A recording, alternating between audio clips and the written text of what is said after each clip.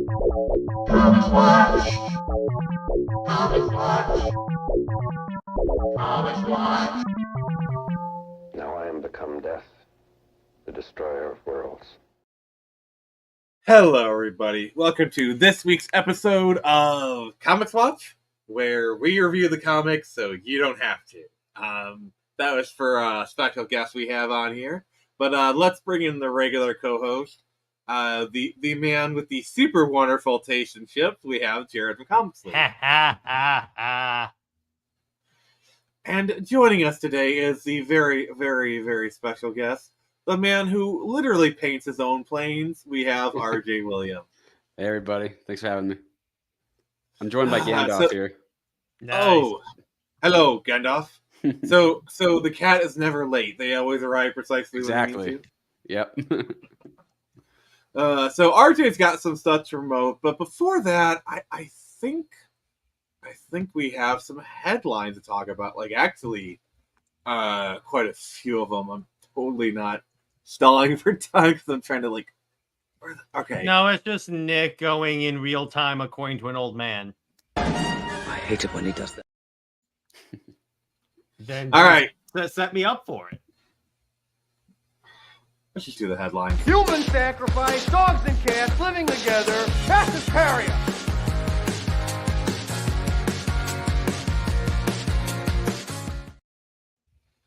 All right, so welcome to Headline Hysteria, the portion of the show where we talk about all the topics that are important, just not important enough for their own episode. So I'm gonna let the special guest choose the first little thing for us. So you want to talk about the Thunderbolts? You want to talk about Arkham or Green Lantern? I think we should choose Green Lantern. Hell yeah! All right. So our first one is we have an announcement of who's going to be the new Green Lantern, and I gotta say, this is better than Josh Brolin as Hal Jordan. I'll tell you that much. I do like this guy, and if he's going to be Hal Jordan, I'm okay with this. For the Hal Jordan that they're going for with the show and more older gruff, even though that's not Hal Jordan, this is a more solid choice. He looks less old than Josh Brolin. Oh God! don't let Josh Brolin hear that. This guy's actually a really good actor. Yeah, and he can do it. I think you can do. Oh, RJ, what do you think? I'm not familiar with this guy. What else is he in? Have you seen the movie Super 8? He was the dad in Super 8. I didn't see Super 8. Have you seen any of the more recent Godzilla films? Godzilla King of the Monsters. I don't know him. Friday Night Lights was kind of like his big thing. That was 2000s though. Yeah, I wasn't Friday a big Night fan Lights. of the movie. Oh, the series. Yeah, I didn't watch that. Yeah, that's why I don't know this guy. Yeah, he's one of those actors where he's kind of been like right on like the periphery of superstardom. Like he's done a lot of things over like the last 20 years. Mm-hmm.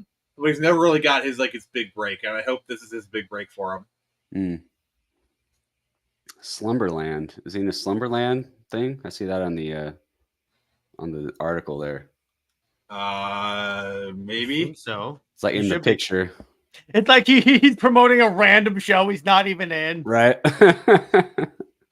I love for Damon Lindelof that they think, oh, people remember him from Watchmen. Oh, or Lost.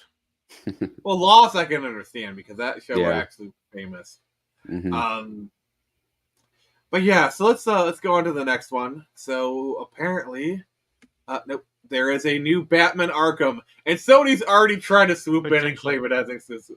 Because here's the thing, this makes sense because after the travesty that was Suicide Squad kill the Justice League, here's the thing, this game is Rocksteady's last chance to prove their worth to WB, because if this bombs, then yeah, they're done. I've long said one bomb, yeah, that's not really enough to warrant shutting down a studio, but if this doesn't work, so that's why they're going with Batman, because they're like, everyone knows us for Batman.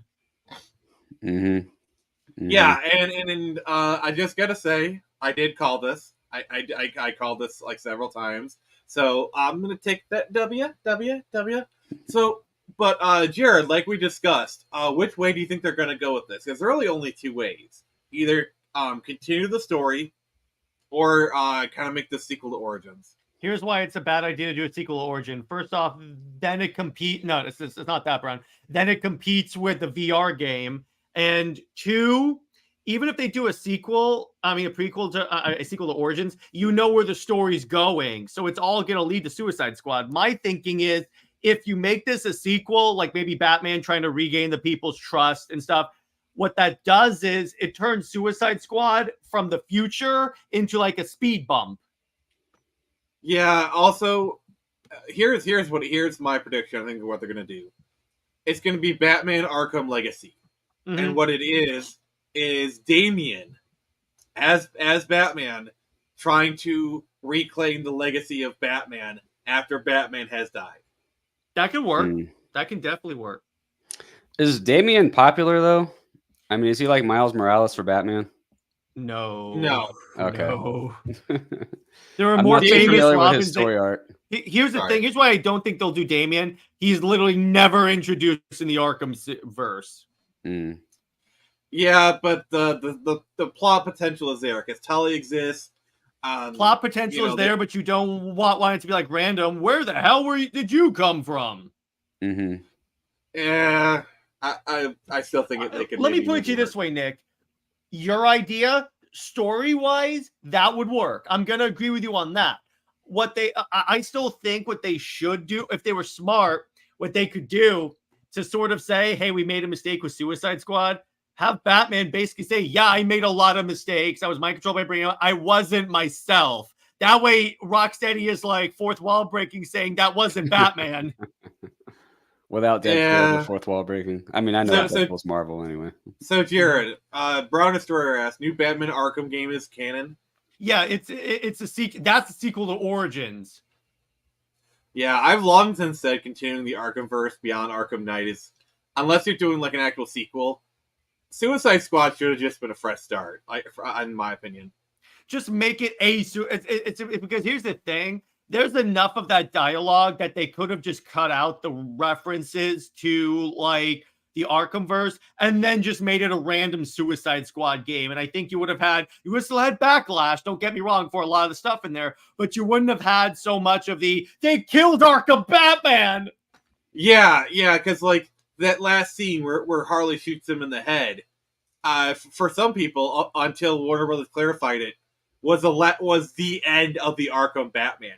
A Batman you just spent the last, arguably, 15 years journeying. And what do you think about Braun Destroyer's comment here?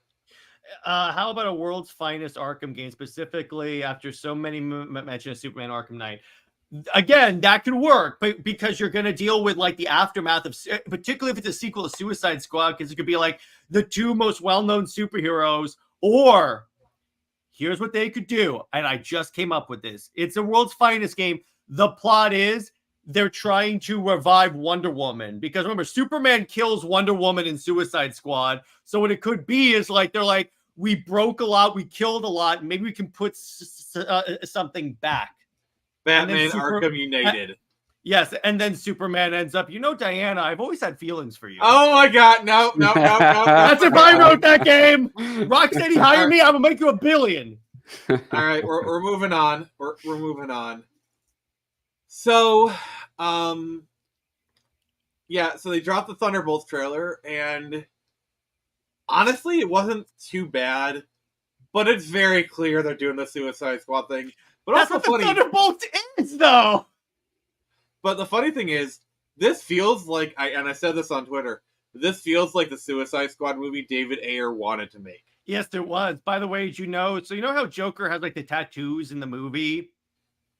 So apparently the way they were going to get rid of the tattoos in the game is that at one point the Joker's supposed to die.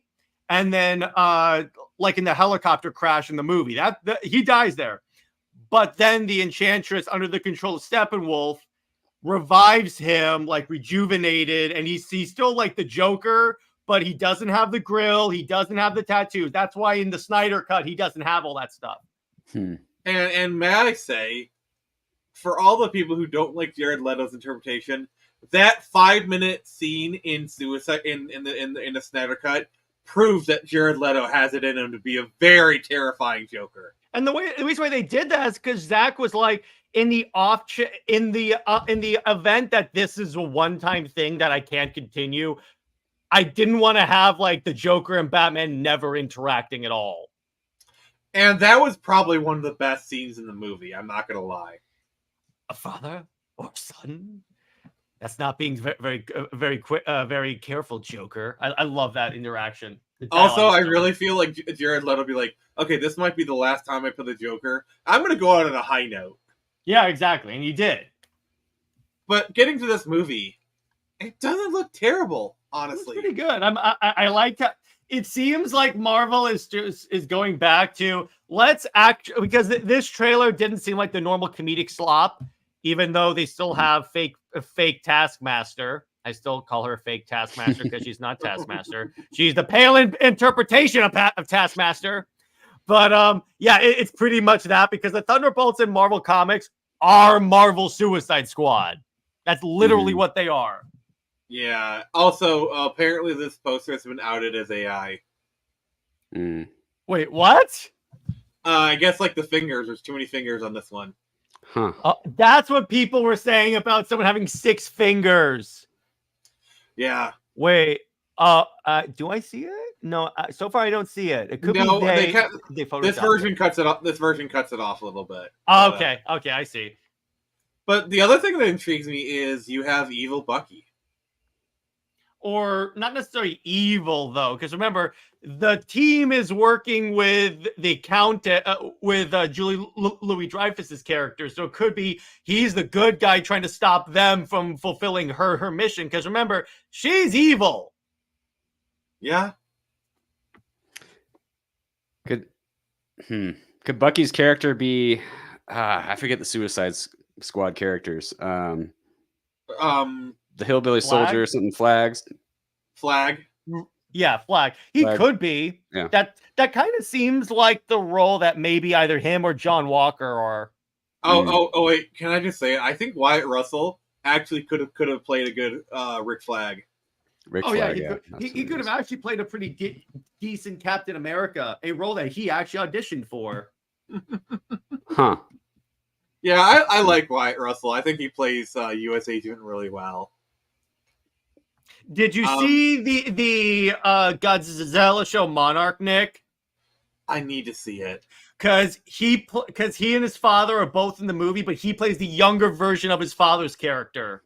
Oh my god, that's so cool. It's actually a genius way to do that. You don't have to de-age people. So he's the son of Ego. Essentially. You could say his father has a massive ego. Wouldn't it be funny if it was revealed that he himself was also a child of Ego, that Ego just never mentioned? That would be hilarious, because he did have multiple kids. But so Brown Destroyer says Jared Leto's Morbius didn't get as much hate, probably because Morbius was, at the end of the day, kind of bland. It's Morbin time. Yeah. God damn it! You had to mention Morbius, dude. I gotta do it. Morbius and Power Rangers is when I do that. I'm really not looking forward to us doing Read as We Rewind, because it's just every 5 minutes you're just gonna do a new It's Morbin Time reference, and I'm gonna have to have Nick bonk you. Mm-hmm. Who thought it was a good idea to include that line? Really? That actually wasn't a line. That was a fan thing. It's a fan joke. Oh, was it really? And some people made fan edits of him showing up and going, "It's Morbin time." Oh my! Yes! It's spreading. It's like a virus. And look at Nick; he's slowly descending into madness. I think JM Nick has been broken. See, what you just saw is Nick. Whenever anyone says it's not screeching time. Hey, Jid, that's a great entrance. Oh god. That's awesome. Yeah, everyone does seem to have forgotten about the movie. Actually, Brown. Which it doesn't look that bad though, not compared to the other ones. Jared, I just advise you to be careful, because Son, your ego is writing checks your body can't cash. You would know from personal experience then. The heck you say? All right. Let's move on. Apparently, we have some shilling to do. Shilling. Let's chill. All right. All right, everybody, chill. So up on the screen there is my Substack, and we're showing my Substack because that is the landing page for Callsign Orion's mailing list. Down here we have a trailer. I'm just going to go ahead and play this here trailer. Yeah, go ahead. Yeah. Just.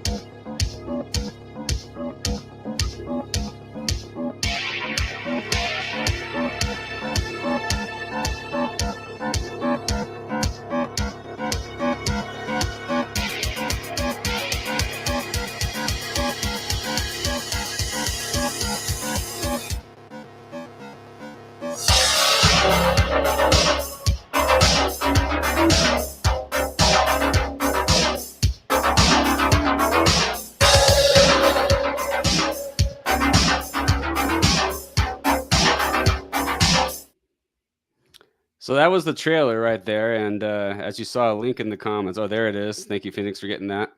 So I'm just going to scroll down here. Basically, Callsign Orion is a dystopian science fiction with all my favorite sci-fis kind of combined into one. It's got a little bit of Star Wars, a little bit Battlestar Galactica, a little Starship Troopers. If you're a fan of Helldivers or Starship Troopers or anything that involves soldiers, fighter jets, and space battles, you're going to love this. This sounds right up your alley, Jared. Hell yeah. Here's an interior page drawn by Luke Stone. I think he's a great sequential artist. Great action here. Mike Barron was actually the editor of this. Oh, nice. Yeah, so big guns, I see. Yeah, I'm really blessed with the creative team I got. Patrick Gamma, I thought, did a great job of colors here. I love how this panel kind of looks like Johnny Quest a little bit with the action there. Okay, Jared doesn't understand what Johnny Quest is because we're old. Wow, yeah, I dated I myself. watched Boomerang. You see, Jared, I actually saw Johnny Quest when it originally aired. Oh, so it aired with like dinosaurs playing the all the parts. Is that how that worked? Yeah, it was a favorite thing to do on Thursday night. All right, but continue, sir. And that's how we started Thursday night. We recorded it on the day Johnny Quest aired. Yeah. But yeah, dystopian science fiction, plenty of action, lots of fun. That's one thing that I'm kind of proud of. Everyone who's read the script has said that was fun. Mike Barron gave me the best backhanded compliment I've ever received. He started with, "It's no worse than the bleep that DC and Marvel are currently publishing." To be fair, that's a pretty low bar. That sounds like Mike Barron. But then he followed it up with, "Hey, that's a fun space opera, by the way." I'm like, "Oh, thank you." Hey, Tevya. But yeah, I actually got some physical prints here of some of the pages you saw in the trailer. Oh, nice. I got a little glare on my camera. I don't know how well you can see that. We got our buddy RJ. He's given some promo for his books right here, so check it out if you can. And then one thing that was a lot of fun coming up with this design with Luke was the fighter ships you see here. The starfighters, the F-26 Aerostar is what they're called. And I'm going to start a campaign of miniatures pretty soon. They're going to look like this. 3D printed F-26 Aerostars. And I'm kind of working on painting them. So I'll show you like a before and after. This is like what a painted one looks like. This is like a crude version. This is my first run. I'm going to like perfect the painting as we go and then launch the miniature campaign. And speaking of the campaigns I'm doing, I've got a physical copy here of a trade card. So I'm fortunate enough to be friends with Lisa Foyles, and so is Jid, who's in the comments here. Thanks for joining, Jid. So Jared, do you know who Lisa Foyles is? No. I do, but yeah, you go ahead, or either of us. Actually, you continue. I'm just gonna just pull it up on. He's gonna continue to be an old man. Oh, yeah, we'll be old. That's all right. So Lisa Foyles was on All That back in the day, and Also, Malcolm in the Middle. Oh, there she is. Yeah, she's done some gaming journalism, like a lot of different journalism. She's a big comic book fan. She's in a metal band, Von Bolt. They She's performed a in huge, Vegas for the huge freaking residency. nerd. Yeah, she is actually though. She's an author. She's written screenplays, books. She's into a that's lot her of in her stuff. all. Yeah, that's her. They're in her all that days. I've watched her YouTube, and she's a pretty good looking lady. Not gonna lie. Yeah. Yeah, and when you're friends with a good-looking lady, who helps you promote comic books, that opens doors. It opens doors. Am I right? So yeah. So on this you side, have an actual celebrity. You have an actual God-given celebrity. Working with you. That's pretty cool. Yeah. Oh yeah, she worked with Rooster Teeth. Yeah. I forgot about that. Rest in peace. But yeah, so for the trade card campaign, so on one side of the card, you got her picture. I'm actually gonna have a tier of signed cards, so she'll be signing this for you if you get that tier. And on the other side, you have my news reporter April O'Neil type character. Her name is Lena Riley. She's a redhead. Yeah, she's based on Lisa. So yeah, Lisa let me make a character in her likeness. You were single-handedly fighting against the ginger side. We salute you, sir. Oh yeah, we got to protect the gingers. They're coming out. We do. Yes. Yes. We must protect the gingers. Anyway, so yeah, trade card campaign is active. In fact, I will post the link in the comments to that right now. Heck yeah. Yeah, go ahead, sir. So you could get the card. That's just the card by itself is the lowest tier. And then if you want to level up, you could get a signed card, and if you want to level all the way up, you could get a signed card and a pre-ordered comic book. Oh, max level! I love it. Yeah. So when is this campaign supposed to launch? February next year is what we're aiming for. And one thing I forgot to mention: if you just simply subscribe to my Substack and reply to the email, since I'm using it as a mailing list, give me your mailing address, and I will send you a free Look at that, Jared. Look at that. As you can see, it's nice and shiny. This is the original iteration of Orion. He was drawn by Johnny, goes JP7 Art on Twitter. So if you go ahead and just subscribe to the Substack, reply to the email with your mailing address, and I'll give you a pop socket. Functional art there. Who doesn't love free stuff? Oh yeah, no one hates free stuff. You kidding me? All right, so check out this guy's stuff. Looks great. Thank you. I'll bring this up towards the end of the stream, but for right now, let's get into the main topic. So, it was once said that nobody stays dead in comics except Bucky, Jason Todd, and Uncle Ben. And through the years, we've had Bucky come back as the Winter Soldier, Jason Todd come back as Red Hood, and even Uncle Ben has been revived a couple of times. Technically through multiversal shenanigans. But all this started, I think, with the death of Superman. Because the thing is, that started as like just some marketing thing. His sales were slumping. And they were like, let's show the world a world without Superman. So then when they brought him back, that actually tanked the sales even further. Because everyone's like, wait. So you watched Max Landis's video, I think. I love that video so much. It's the idea that, so what they did is, so again, so they had 4 books for Superman. And I think what originally happened is that they did the marriage to Lois. Let that be a warning that marrying Lois Lane will lead to your death down the line. But I think they actually did that later in the decade. This is like 94 when they killed him, and it was 97 when he got married. Roughly. Okay, but the point is they were considering that, because here's the thing: they were desperate for sales because it was kind of slumping. And then what would happen is one person, I forget who, in the meeting would go, "Well, let's just kill him," and then it was a joke. But then they're like, "Okay, wait a second, let's actually do that." And they did, and that's why they invented Doomsday. His whole purpose is to just punch Superman to death. What we would learn, by the way. So then they did what was known as the Funeral for a Friend, which is literally a year's worth of comics of them going, I can't believe he's dead. And Yeah. then they did Reign of the Superman, and that was the idea of like four different Supermen showed up. You had Superboy, who was the teenager, the Metropolis kid. You had Steel, who was the dude in the Iron Man suit with the hammer. You had the Eradicator, and then you had Cyborg Superman. So that's where these four characters showed Hank up. Henshaw.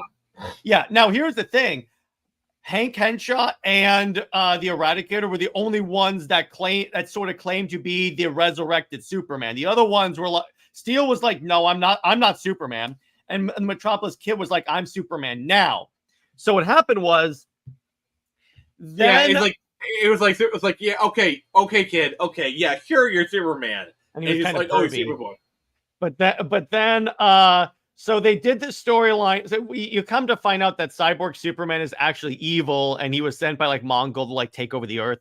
And then they destroy Green Lantern's city of City, which would be very important when Green Lantern turns evil eventually. Continuing on, then actually in the beginning of Reign of Superman, there's this egg in the Fortress of Solitude. I kid you not, it is an egg. It opens up, and there's Superman in the black suit with a mullet. No beard, though, which I always thought was a wasted opportunity, because I always felt that if they wanted to redesign Superman, a beard would actually go really well, particularly on Henry Cavill. I had to on that. But I mean, at the very least, they could have given Superman a mustache to wear. Oh, God, no! The curly one. A mustache, and then they use whiteout to try and get rid of it on the paper. You know what I want to see behind the scenes photos of the reshoots of Superman in the super suit with the mustache. I've never seen behind the scenes photos. I desperately want to see them. That would be great. But yeah, so that's the idea. But the thing about it, and Max Landis in that video, as humorous and as freaking hilarious as it is, I may watch it again later. It killed Death in Comics. Nick, fast forward to near the end when he talks about how many characters have died and come back to life. It's near the end. Wait, you don't have to have the sound for this. It just has the names flash on there. Yeah, so that's the Eradicator. And by the way, so his whole thing is he goes, By the way, Frodo. you realize who this is? Frodo. It's Elijah Wood. They got No Elijah way. Wood for this video. So fast forward near the end, because there's a very important part of this that I wanted to demonstrate. Okay, so go there. Yeah, try there. Stay here. Hang on. Scan forward a little bit, or I can try and find it too. Okay, here we go. Widespread outrage. So here's the first part. Yeah, they were lied to because they marketed it as he's dead and he's never coming back. Yeah. So then, yes, he has the mullet. That's the mullet. But hang on. I'll find the actual part that I'm trying to find. It's near the end a little more. I love this video because it just has like a bunch of friends in a parking lot. Oh, Mandy Moore too. Like, bunch of friends in a parking lot just having fun and filming it. I love it. Yeah, and it is the most. It's you know what it is. It is if Deadpool told the story of the death of Superman. That's what this video is. Yeah. Right, I'm trying to find it. Max Landis, Death of Superman, because he did a thing at the end where it's like a list of all the characters that died and came back to life. Wait. I think I got you, brother. Okay. So it's gonna get there. So the point is like, yeah. All of these came back to died and then came back to life after this.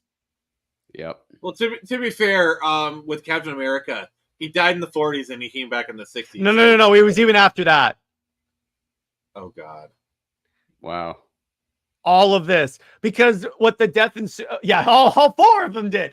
But what that showed is that that was the beginning of the no one can die in comics, because previous to that, if you were dead, that's it, you're dead. All right, also, technically, Gwen Stacy came back to life.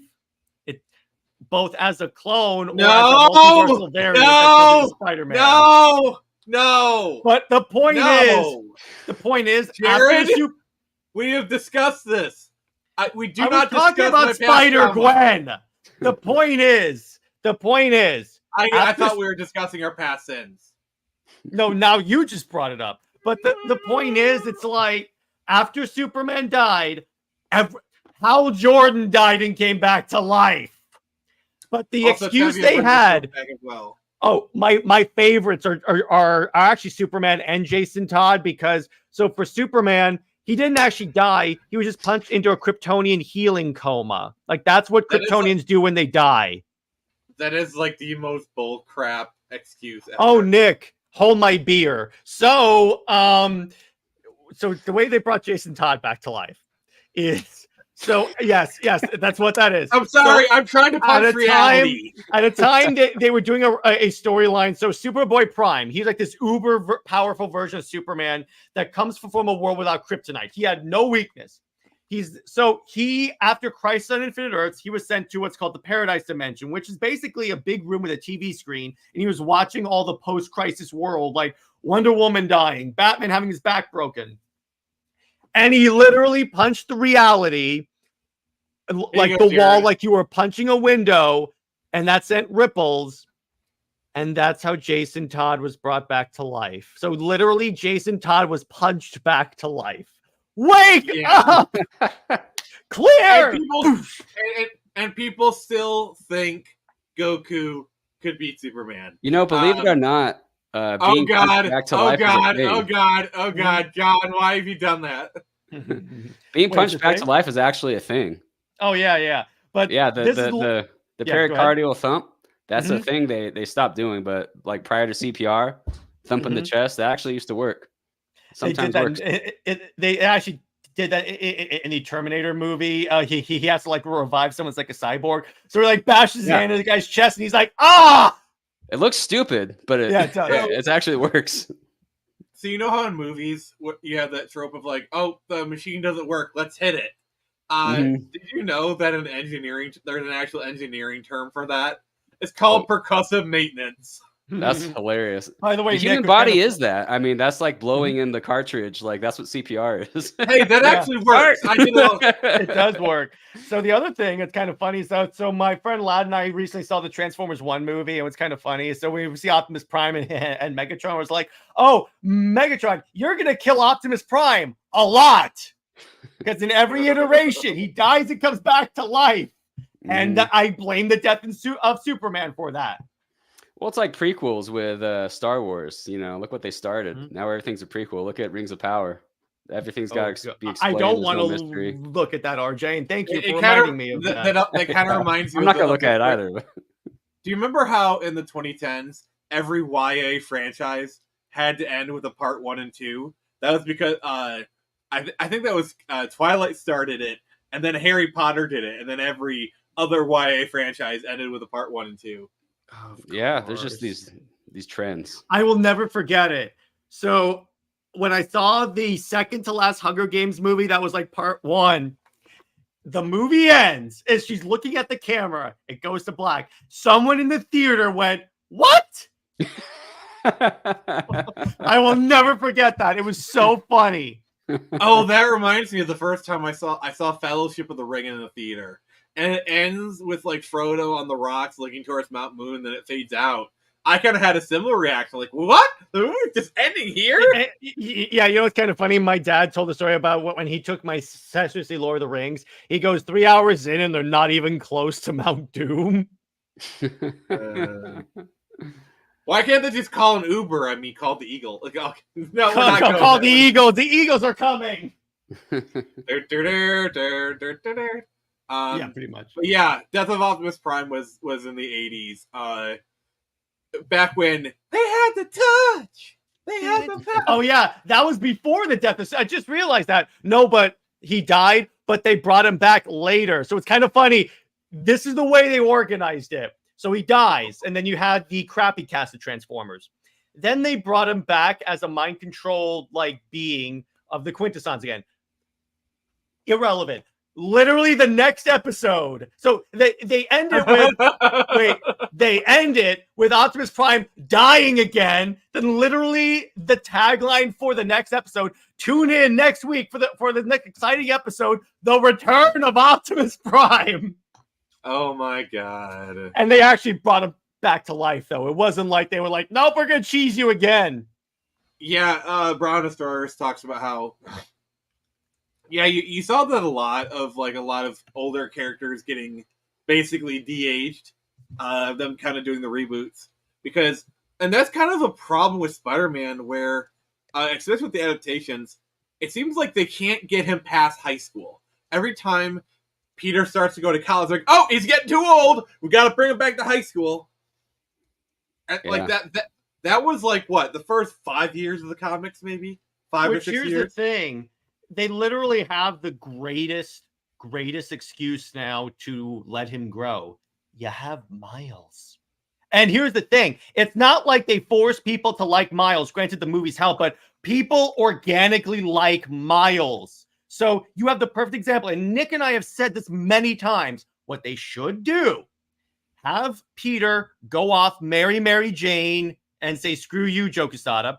And then he can be married. He can be the more mature mentor like Spider-Man, and let Miles be the younger Spider-Man. Nick, it's almost like we have a perfect example of how popular it is when Peter gets married to Mary Jane and has kids. That sounds like the ultimate comic right there. It does sound like it does sound like the ultimate Spider-Man. Yeah, and that's what they did. So Marvel was like, okay, screw it. It's an alternate continuity. Let's put Peter with Spider-Man. It went to like 5 printings on the first issue.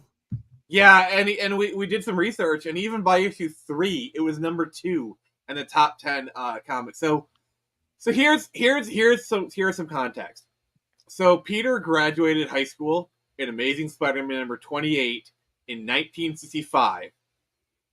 So 4 years in, okay. What? 12, 20. So 3. Crap. 12, 24. So 2.5 years in. Sorry. 2.5 years. And then he graduated high school. And then it took him another 10 years to graduate college, but still. You know, some people go to college for 7 or 8 years. Yeah. They're doctors and lawyers mostly. But still, 2.5 years to graduate high school. So basically they keep going back to literally a 2.5 year period of the comic's life. This comic has been on the shelf for over 50 years. Mm-hmm. And every adaptation just focuses on that 2.5 year period. Yep. It's like they don't think grown-up Peter is going to be popular, but he is, though. That's the thing. It's like with a lot of these popular characters, and yeah, Brown makes a good point.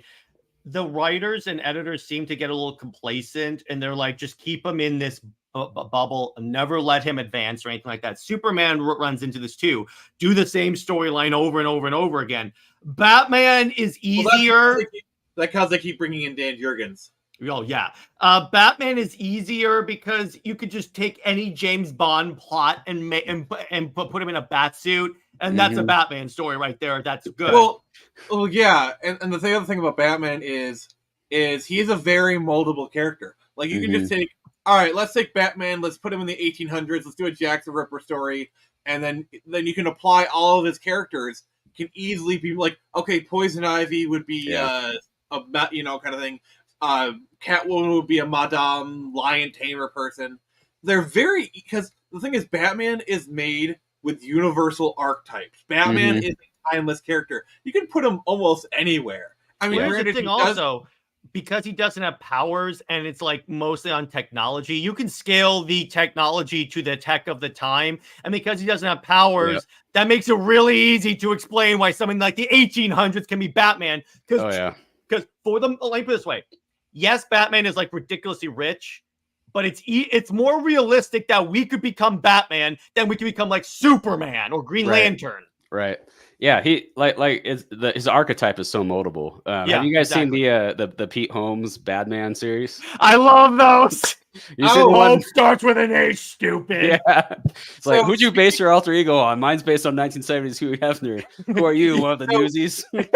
So yeah, speaking of Batman being moldable, let me just pull up this PDF I downloaded. Yeah, and even on that, my favorite line from that is where he basically goes, he goes, like, Superman goes, I'd like to propose a team up, and Batman goes, why? You're really Zod. Yes, Jin. Keep it going. Morbid times in the chat. Morbid times in the chat. Oh, has anybody heard of this? I have because the old man told me. So this is basically a fan recreation called Gotham 1919-1939. It is essentially what if Batman was active from like the interwar years, essentially. And they do like all these like really great pictures. That's Batman. Mhm. Like, look how cool. Yeah. They went to some effort on this. Wow. Yeah, there's Lucius Fox. And they also have like stuff like Court of Owls. Yeah, Yeah. because again, that's the thing about Batman. To our point, you can like mold his entire world because Batman has very few real. They have the Clock King.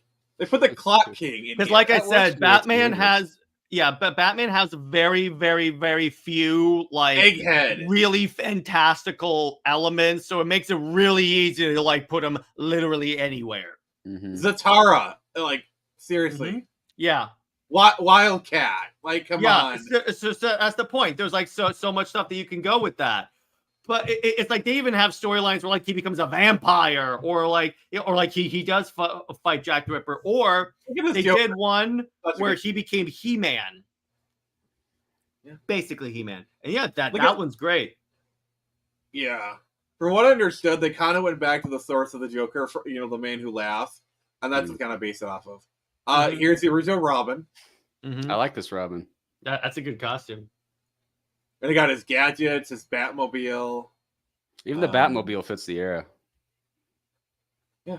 Vicky Vale. Yeah, but anyway, beyond that, it's like the thing about it is the Phantasm. Yeah, that works. Yeah. Sorry. So the other thing is what was it? Oh yeah. Whereas when you have a character, I mean, you could kind of adapt like characters like Superman or Wonder Woman, but then you have to explain why where they get their powers from, or like how no one knew about like Superman. I had the idea for a storyline that's like, what if the DC universe took place in ancient Greece? There's already god characters in that thing. You could just say, "Oh yeah, that's the Olympians." We hear so many stories. Sounds like you'd have quite the pantheon, sir. Touche, sir. Touche. But that's my idea. It's like there's a lot that you can go with. Here's the thing. You need something in creatives that a lot of creatives at Marvel and DC don't have. It's called creativity. That's what you need. You need creativity. And this is what I love about like the Gotham 1919 stuff is just the sheer amount of creativity that goes into this is mwah. It's like that right there. You could fool me and say that's an officially licensed product. It's that good. Yeah, that's fan made though, right? Mm-hmm. Yeah, it's totally unauthorized. And there's Arkham Asylum. Mm-hmm. I think there's more passion projects with fans than with professional writers. I mean, there were by the way, this is Batgirl. There were fans that made that essentially made a movie that's Batman versus Predator. Yeah. Jared, like, look at the design of this. It's not bad. It's cool. But Tevi has a question. Okay, I get it. Speaking of Marvel and DC, why can't these creatives just let some of these characters go and move on to the next generation? Marketing. A lot of it's marketing. That's why, like, they tried. They keep trying, but here's the thing. Here's why, like, they'll never be.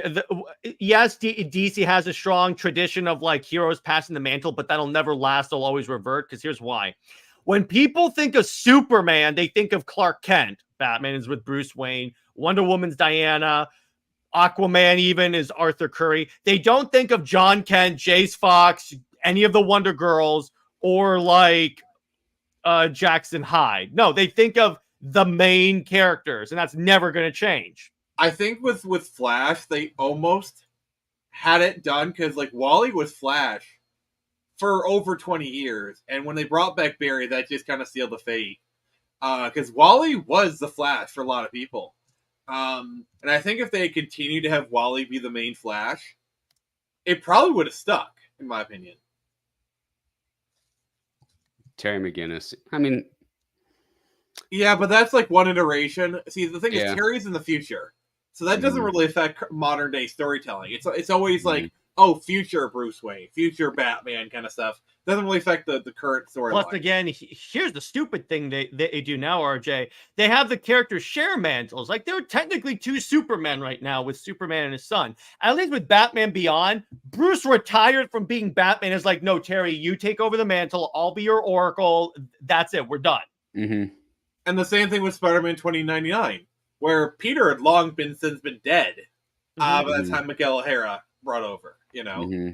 Yeah, that's what you have to do. I mean, if you want to do like an Elseworlds an Elseworlds story where like the Justice League retire or die and their kids have to take over, like John, like Yar and all that stuff, that's a great idea for an Elseworlds or maybe an Ultimate Universe or an Absolute Universe. But it's like as long as you keep the main universe pure, I think that would be a really cool idea for a story because you get like alternate takes on characters because John can be a different guy than Clark or Yara or Jace or anything like that. Yeah, I've kind of works with the Green Lanterns, I guess, even though I don't think it was Hal Jordan. But because it's a military outfit, so that's kind of conducive to having multiple ones. Yeah, because there's never one Green Lantern. It's a Green Lantern Corps. Yeah. That in of itself allows for shuffling in and out. Plus, at least DC does something to make each of the lanterns unique. Per se, like Jessica Cruz is the one that like struggles with fear. Hal is the jokester kind of guy. Guy Gardner's the a-hole. John Stewart is the more by the books military guy. In fact, he was the commander of the entire Green Lantern Corps at one point. A little known fact for you there. And Kyle is the more youthful one. And Baz is the redundant one because no one has anything to do with Simon Baz. And Tevye has a good thing. Same goes with the X-Men, kind of sort of, because that's a team that has different members. Yeah, and they kind of sort of turned Batman into X-Men almost with like the whole Bat family concept.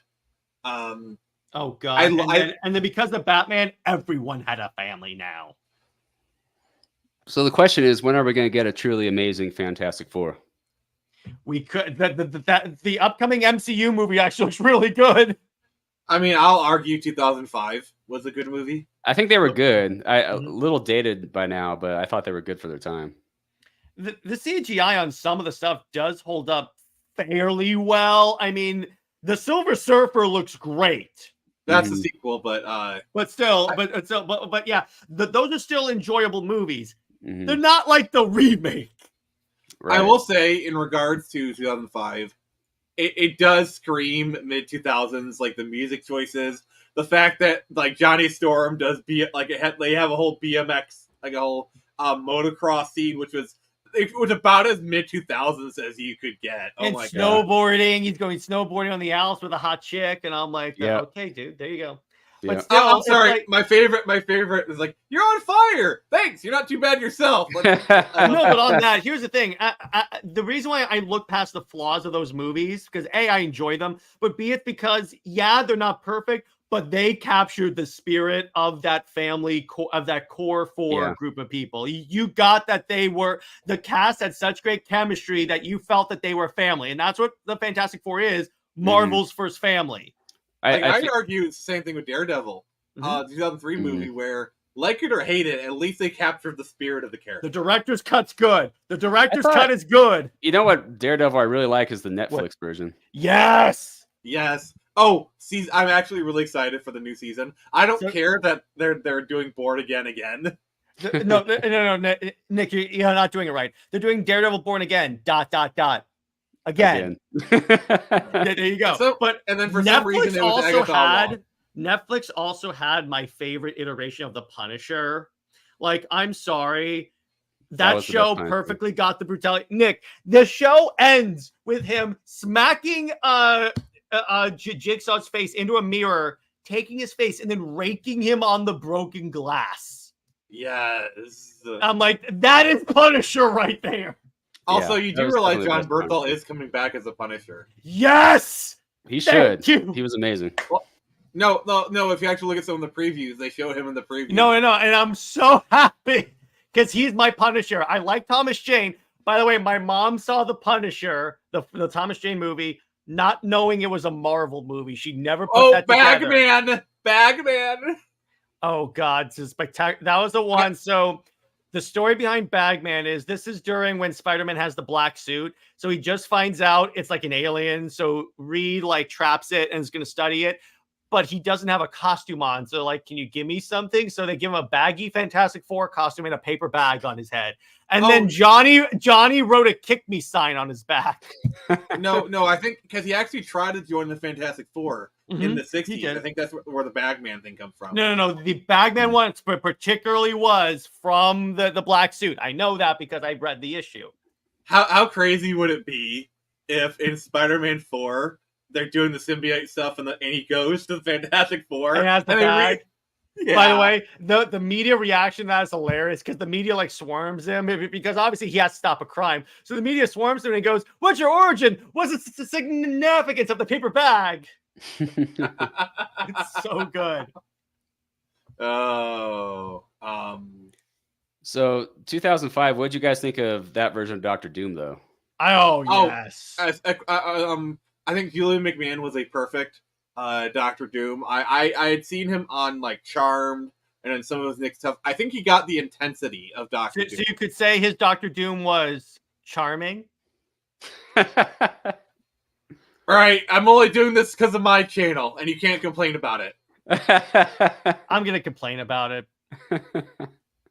I won't do that on his channel because I respect him, but this is my channel. But yeah, I felt that he was great because he also had good like chemistry with Reed. And here's the thing, here's when I think about Robert Downey Jr. being Doctor Doom, here's the problem with it. Unless they're gonna have Reed in there, you can't have Doctor Doom unless he has chemistry with Reed, because that's the whole thing there. Yeah, like I'll say, the thing that I really don't like about like some of the press people, they're doing like, oh, symbiote Spider-Man and Doctor Doom. Imagine when they see each other. Like, I don't want, like, that's not what we're here to see. Mm-hmm. I think bringing back RDJ as Doom, it reeks of desperation. Now, here's what they could have done and gone a little meta with it. Nick, have you heard of Superior Iron Man? No. Infamous Iron Man. That was when Doctor Doom became Iron Man. They could have done that and gone meta with it. Oh yeah, he's back as Iron Man. Only in this version of Iron Man. See, you need to establish Doctor Doom before you can actually do that story, though. Yeah, I know. But still, it's like, but it's like with that, I felt he was a fantastic like idea because yeah, he looks like because the one in 2005, he looks shady as hell. My one problem with it is that they didn't really play into his like Latveria roots and stuff. They mention it briefly, but it's a throwaway line, and that's like having a Namor movie and not talking about Atlantis or calling him Namor. Oh God! See, I am actually not mad at RDJ for doing it because I could just imagine like our Robert Downey Jr. We need you here. Name your price. No. I want to do this skit. So he thinks about it for a second, like, okay, let me just throw out a really big number that they're totally not going to accept and get them all back. Okay, I'll do it for $100 million. Yes, sold. Fun fact: $100 bazillion. Fun fact: that's how the Max Fleischer Superman cartoons got made. What happened was they were asked about it, and they kept getting the cartoonists kept getting asked about it. So they were like, "Okay, to get them off our backs, let's give them this exorbitant fee to do it that they're definitely going to say no to." And then WB was like, "Sold." They're like, "Wait, what?" That's why it looked so high quality for the time. Yeah, because it had basically a blank check budget kind of thing. Blank Check, that's a good movie, by the way. Oh God. Like this is, I remember that movie got brought up on Twitter like a few months ago, and I was just getting on a memory trip. I can't escape it. I can't escape the movie. God. Question. Speaking of death in comics, I'm just wondering if there are any comics that did a death or character stuck forever Apparently, the Rippaverse has been making that promise. We'll see if they uphold it, but yeah. Well, yeah, because Eric July has been very clear on that. First off, he promised to not do the multiverse idea because his thing is he wants every story to matter.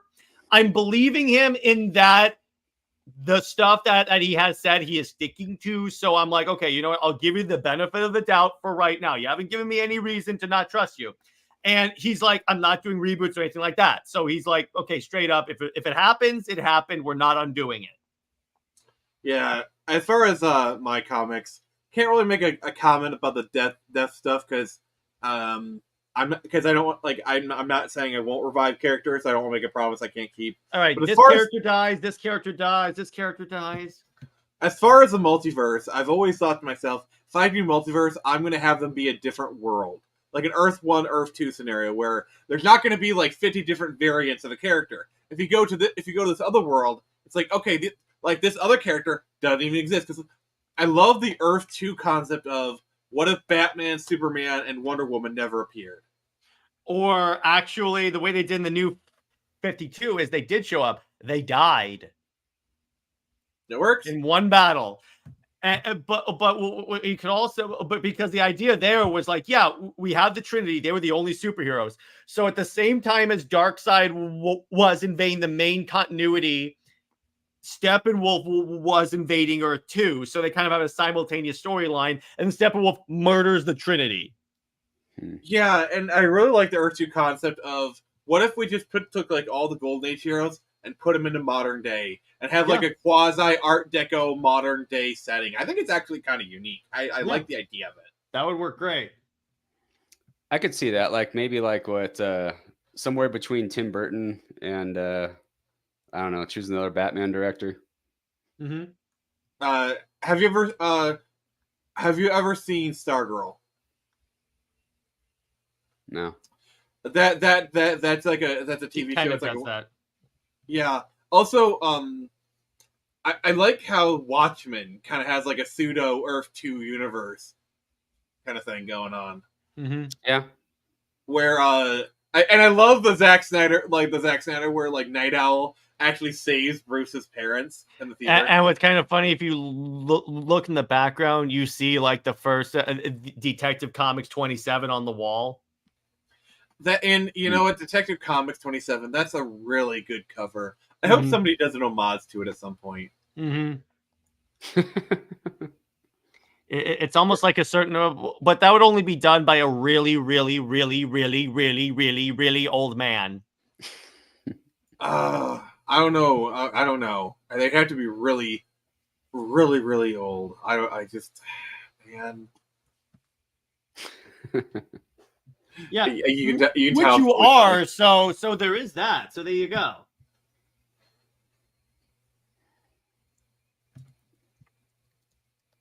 Jared. Yeah, there you go. I told hey, you. Hey, silly girl.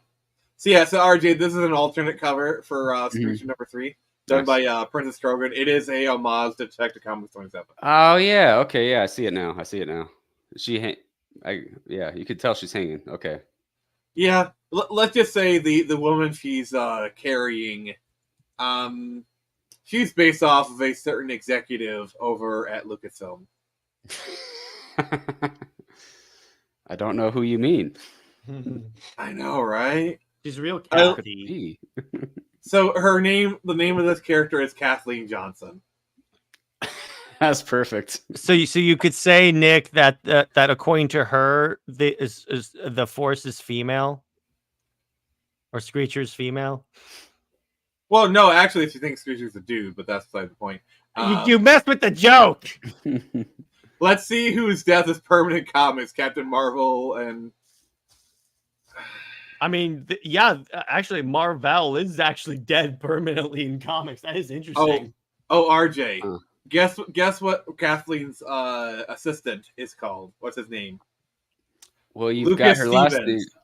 That's great. Because I was going to say, with her last name being Johnson, you could have her being really good at subverting expectations. Okay. So really bad, depending on what you think of. So I didn't realize what I'd done that until later. So my thing was like, all right, Kathleen Kennedy, what was the next president? You know, I was like, okay, Kathleen, President Johnson.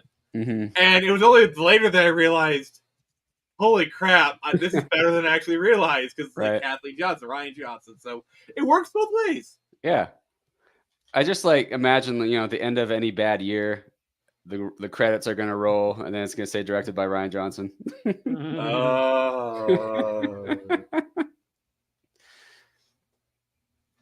Fortunately, he's stuck in Netflix hell right now, so that's where he'll stay. Right. That's where he belongs. Yes. Yeah, Uncle Ben is like the one character that they don't actually bring back full time. I think that's like the one sacred thing that like Spider-Verse. Spider-Verse, I mean Ultimate Spider-Man, yes. But like it's just like full-time main continuity bring back is what I'm saying. Well, because here's why you can't do that. Because part of the whole great power comes great responsibility is the death. If you bring Uncle Ben, like main Uncle Ben, back, you invalidate his whole impetus for becoming Spider-Man. I mean, Jared, do you really think these people care about lore? I mean, I did an entire stream about it. Well, yeah, and that's like saying, let's bring back the Waynes. Yeah. Yeah. Like, I get the whole Flashpoint Thomas Wayne thing. That's cool. I get the setup for that. That's fine. Well, actually, they killed Bruce in that, so it's not like Bruce is living with his parents. Yeah. See, the thing about Spider-Man that they try to do is like they've tried to make Peter's parents interesting. Nobody cares about Peter's parents. Yeah, I'll give you that. Peter's parents are Aunt May and Uncle Ben. Those are his parents. Mm-hmm. Like, they've tried so many times. Like, oh, they were spies. They were working on stuff. Nobody cares. Yeah, it's almost better if they were nobodies who were killed by a random criminal. Because if they're spies, they're involved in something, where they might have sort of brought something on themselves, getting involved with people who might kill them. Yeah, one scene that I'm glad they cut from Amazing Spider-Man 2 is where Peter's at the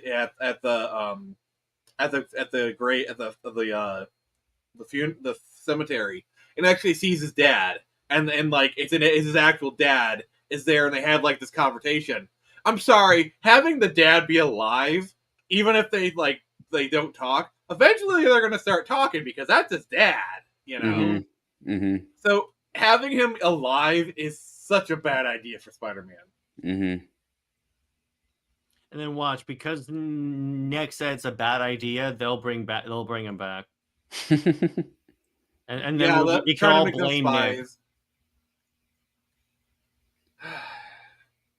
Yes, yeah, I'm sorry that I haven't. That's not an AI photo. That's not an AI photo.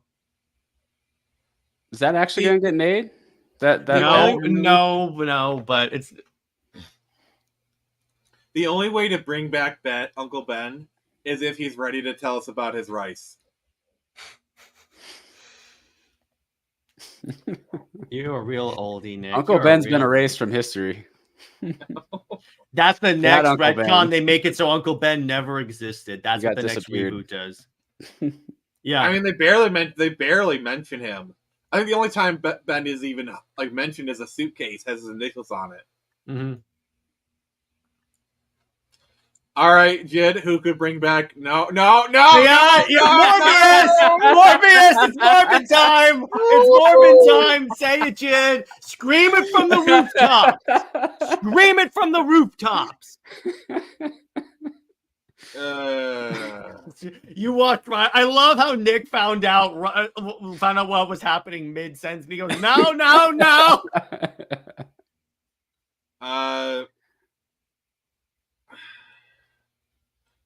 Because Aunt May is good for story potential, and plus killing Aunt May forces Peter to move on with his life. If you have Aunt May alive, then you can still kind of do a lot of like teenage young adult storylines. The death of Aunt May is the death of Peter's childhood, the death of his adolescence, the death of his innocence. Because after Aunt May is dead, he has to be an adult, and I don't think Marvel writers want to go in that direction. Notice, Nick, there's another character that died but hasn't come back yet. Alfred. He's been dead for like 5 years now. which is really interesting. Yeah, exactly. Yeah, it worked. You could do it because that was an adult Spider-Man that's moving his way, that's moving on with his life, but still being Spider-Man. Which, by the way, that scene hits like a freight train. Oh my god! And also, what I love about the scene is it is a perfect encapsulation of Spider-Man, of the great power, great responsibility. Okay, like he has the power to save Aunt May in that vial. All he has to do is just shove it on there, and Aunt May will be saved. But thousands, like tens of thousands of people will die. And he wants to so badly, but he doesn't because the responsibility, like he chooses responsibility. Like that is why that game works. It's because the ending is Spider-Man. He chooses the great responsibility. Well, that game works because it's an awesome Spider-Man game. Well, what I'm saying is you would have great stories, but if you don't stick the landing, it just falls apart.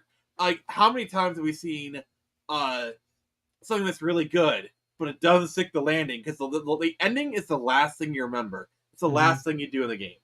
And having that ending with Aunt May, where like she knew his secret and like he has the great power, and like yeah, we're not going to blame Peter for being tempted. We're not going to blame Peter for wanting to do it. We get that, but it's what he chose. He chose great responsibility, and that is Spider-Man.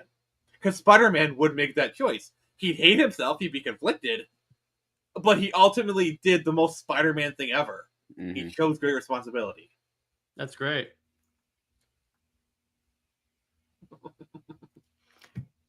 Yeah, exactly. I think it worked pretty well, and that's why that game is awesome.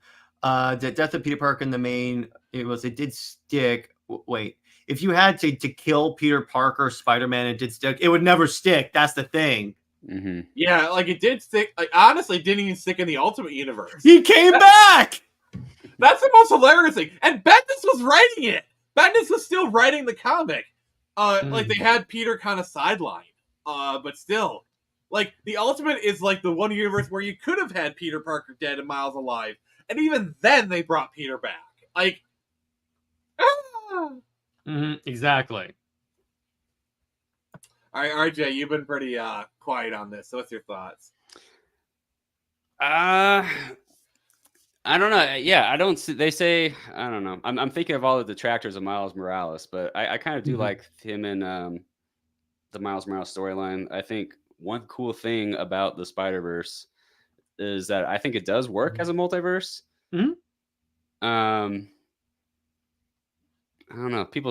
A lot of people hate multiverses. I think they've got their pros. I think it's because it trivializes stuff a lot. Yeah. Well, the other thing is that it gets complicated real fast. At least with Spider-Verse, they kind of simplified it down to like here's what you have to know: alternate universe. That's it. It's not like there's a canon character that if they die, their universe blows up. Yeah, and somehow I mean I think anchor beings. Anchor beings. Yeah, actually, I think it works in Deadpool because Deadpool is sort of its own satire, and he's making it's great when you have Deadpool in the movie go stop with the multiverses. It's not working. Exactly. Well, the thing with the concept of anchor beings is it's a bit of a meta commentary on the Fox universe because they said as soon as Wolverine died, the universe started to decay, which is what happened in real life. Yeah. As soon as Logan happened and Logan died, the Fox universe started to decay. Like it was decaying as soon as X-Men 3 came out. They had honestly, they still had some highs. Like First Class was good. There are people who say that Days of Future Past is the best X-Men movie. Logan, the Deadpool movies. It had a lot of hits after that. So yeah, I think in the right context, multiverse can work. It is overplayed though. The problem is it trivializes. And this is the problem I have with Spider-Verse is it's kind of like the Cinder thing. When everyone is a Spider-Man, no one is. Making like, oh, there's Yo-Yo Spider-Man, there's T-Rex Spider-Man, there's Toaster Spider-Man. Yeah. Guess how many of those I made up? Yeah, right. Although Noir Spider-Man's kind of cool. I wonder if there's a Spider-Man who is actually a spider that was bitten by a radioactive man. Man spider? There is a man spider. There is a man spider, yeah. You know what crossover we need? We need a cross between Man Spider and Man Bat. There was this great scene in The Big Bang Theory when they're talking about if Batman was bitten by a radioactive bat, would he be Man Batman or Batman Bat? I mean, that's kind of the whole story of Kurt Langstrom in Man Bat, essentially. Essentially, yeah. So yeah, it can work. I don't know. People rely on it too much, like the trends, like the studio trends. Like this thing was really popular, so let's beat that to death. Yeah, the problem I have is when every movie is a multiverse movie and it's just an excuse for cameos. Deadpool, I give a pass because they were like, yeah, they weren't trying to hide the fact of what they were doing. And he was making fun of it clearly, so it's like, okay, I can endure a multiverse story for this. Also, it's worth it just for theory. There's only ever been one Blade. There's only ever going to be one Blade. And Deadpool just looks at the camera, and I'm like, it's kind of funny. That could reference there's only really one good Blade movie, or it could be them having so much trouble making a Blade movie. I think that's what they're talking about too. Yeah. The other thing I loved is, oh man, I really hate you. So, in reality, you always did. Like the Blade Trinity reference, or Jared, I'm sure you loved it when what happened to Daredevil? He's dead. Oh, I'm sorry. No, it's fine. Yeah, I love the meta narrative of this movie. Like they broke through the fifth wall with this movie, in my opinion. That's like 16 walls. I liked it. That's there like 32 walls. Yeah, I liked it there and Into the Spider-Verse, but I don't know. I think another multiverse. Beyond the Spider-Verse was okay, but the problem is ending it the way they did, and the next movie may never come out. Well, it's only that the reason why it worked in the first Spider-Verse movie, they kept it small. Right. This movie, they're like, you could overdo it for sure. Yeah, you could definitely, because if you keep a multiverse movie really small, like say what you want about The Flash, at least it was like, okay, we're just in one world. That's it. It's just a parallel world. That's it. Just one. There are a lot of problems with that movie, particularly near the end. But my point is, it at least keeps it small and isolated to one world. Right. Yeah, like there's a universe in which The Flash worked, which, by the way, Jared, we need to do a podcast of rewriting The Flash. I did that already. Oh, okay. Never mind. But yeah, like there's ways you could have made that movie work, and I don't want to go into that, but yeah, like Death is very, very serialized. Like even The Flash, like bringing back Nora. I do like how in The Flash, a lot of times they make Nora's death a fixed point in time and space, where like killing her destabilizes the timeline, and Barry has to like go and let the Reverse Flash kill his mother. Now, here's the thing. Here's why the Flash movie kind of did that scene a little better. Here's why. Before you guys throw pitchforks at me. In this, so Barry has to go back and put the tomato can away. So in a way, he is essentially re-killing his mother. So it's more of an active role as opposed to Barry going back and like tackling his past self. Yeah. With that, it's more he makes one small change to save his father, because the father doesn't die, but he's just like doing it so he has to reach up, and you see his face on the camera, giving him an alibi to free his father. He's not like preventing his father from dying or living. No, but I mean in terms of the mom thing, because remember he doesn't get that idea until after he has re-killed his mom. Yeah. I'm sorry, the Flash should have had the Reverse Flash in it. That was the original plan. The original script was going to end with, because the original plan for this was, okay, it's going to end hinting at the Reverse Flash. It wasn't going to show him. The final movie was going to be Flashpoint, the final movie in the Snyderverse, and it was going to be revealed that the reason why all the characters kind of are more brutal or act like out of character is because the Reverse Flash played with the timeline to screw with Barry. Yeah, the thing I don't like about the Flash is they made alternate Barry into not Savitar. At least do that. At least with the Flash show that they had no. Well, here's the thing. They could have first off, don't use another Ezra Miller. Nick, you're gonna love this. Just grab Grant Gustin. You know he would come back to be in a Flash movie. You can't tell me he would not come back. Even better, make it the actual Flash from the CW. Mm-hmm. Yeah, exactly. He goes to the Arrowverse. Which he actually did. No, but literally, the movie is in the Arrowverse, but Zod invades this time. Like, you can have Zod kill Melissa Benoist Kara. No. Oh, imagine like they like like they're going to Siberia to rescue Supergirl. You think you're going to see Melissa Benoist, but it's Sasha Kali. Yeah, he's like, who are you? Wait, you're not. Yeah, you're not Supergirl. Should you be blonde? Yeah.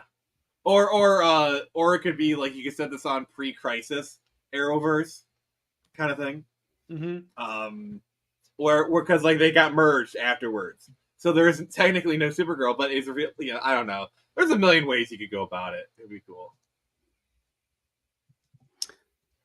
The crossover, this has nothing to do with multiverses, but the crossover I really want to see is like Blade interacting with Shield and vampires interacting with Hydra. That could work. I just want to see Wesley Snipes' Blade interact with Morbius and Jared Leto. and then Blade Blade invents it's Morbin time. Also, did you know? I got it, Nick. Here's the moment. Blade's kid is watching Power Rangers, and at the beginning of the movie, there we go. In the beginning of the movie, so then later in the movie, Blade goes to Morbius and goes, you should have a catchphrase like "It's Morbin time." There you go. That is at least a tie. That way, I screw Nick twice because he likes Power Rangers, and I ruined that with Morbius. All right, Jared, do you want? And then Madam Web shows up. Jared, would you like your mind blown?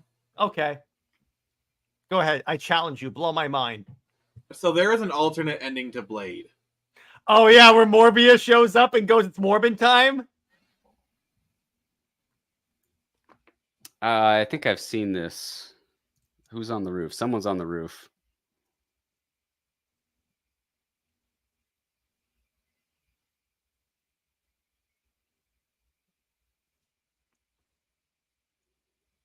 Yeah, it's only like 58 seconds, Jared, so we're good. Well, no sound, so it's fine. There's no sound? Yeah, there's no sound. Yeah, I'm not hearing it.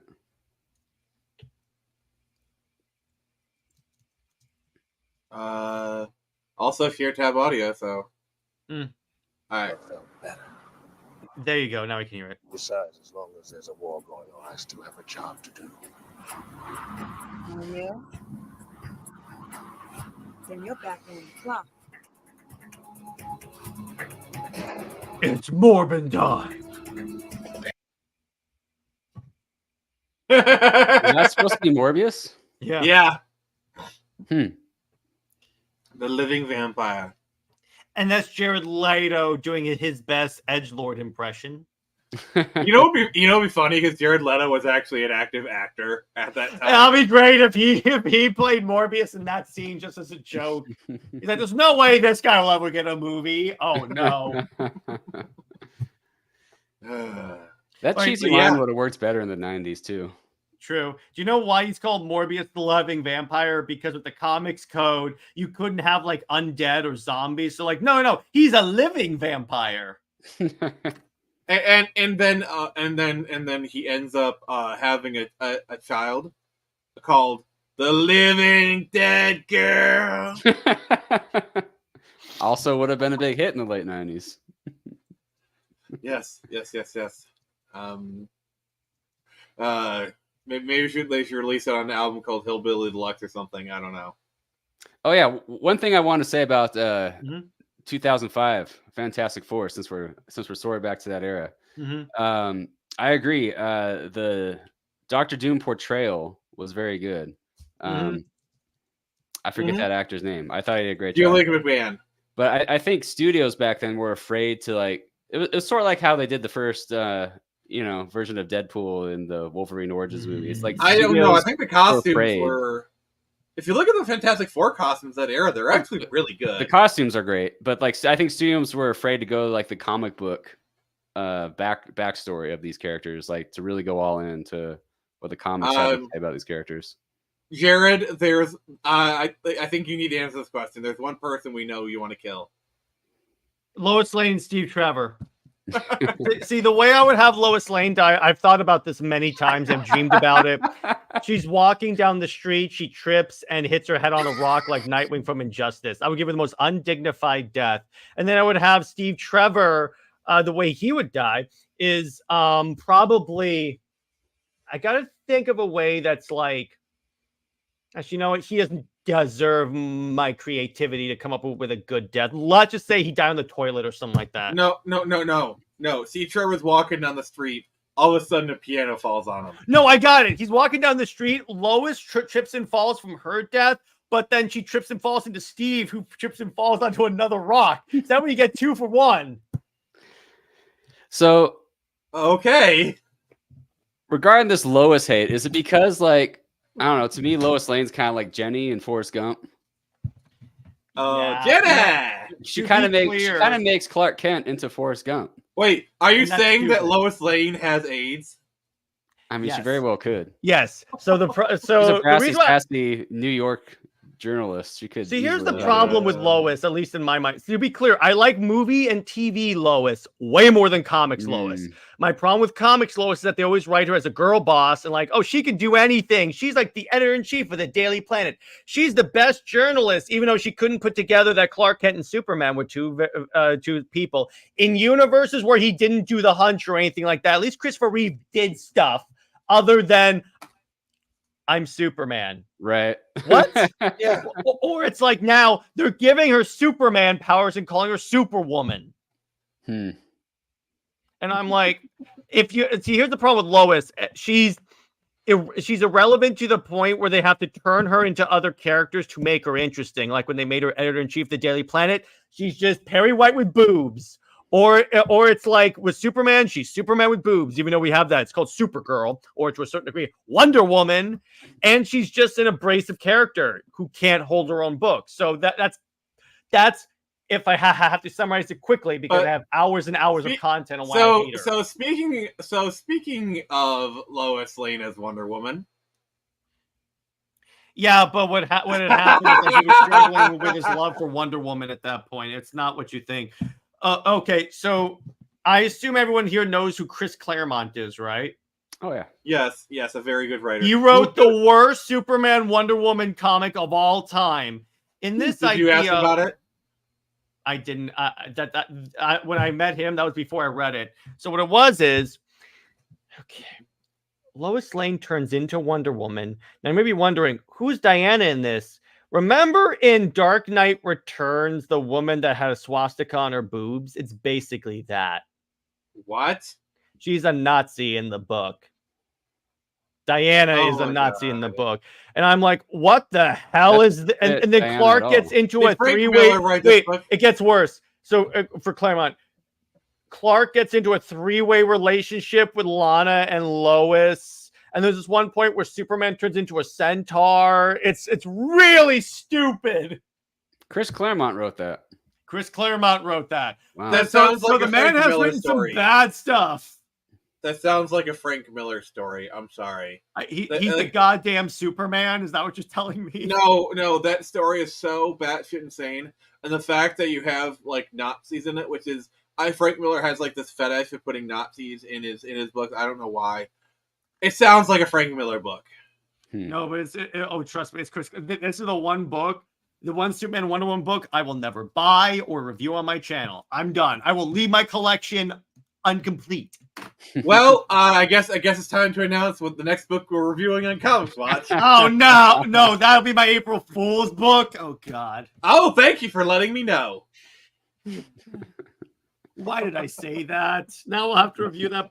Because what we do for April Fools is that we each assign each other something we know the person hates, and they have to positively review it for 5 minutes. So we got you for 5 minutes. 5 minutes of playtime. says that I'm gonna make you watch that Pacific Rim fan film and saw say why it's better than the first. I actually saw it in theaters, unfortunately. So No, you're gonna now tell why it's better than the first. no. That's April Fool's, bro. Sorry. So I'm resigning from my position from ever appearing on channel. Like, Yeah. I'm sorry, RJ. Me and Jared, we kind of have a thing. Oh, I know. I've been watching you for a while now. I'm usually in the comments.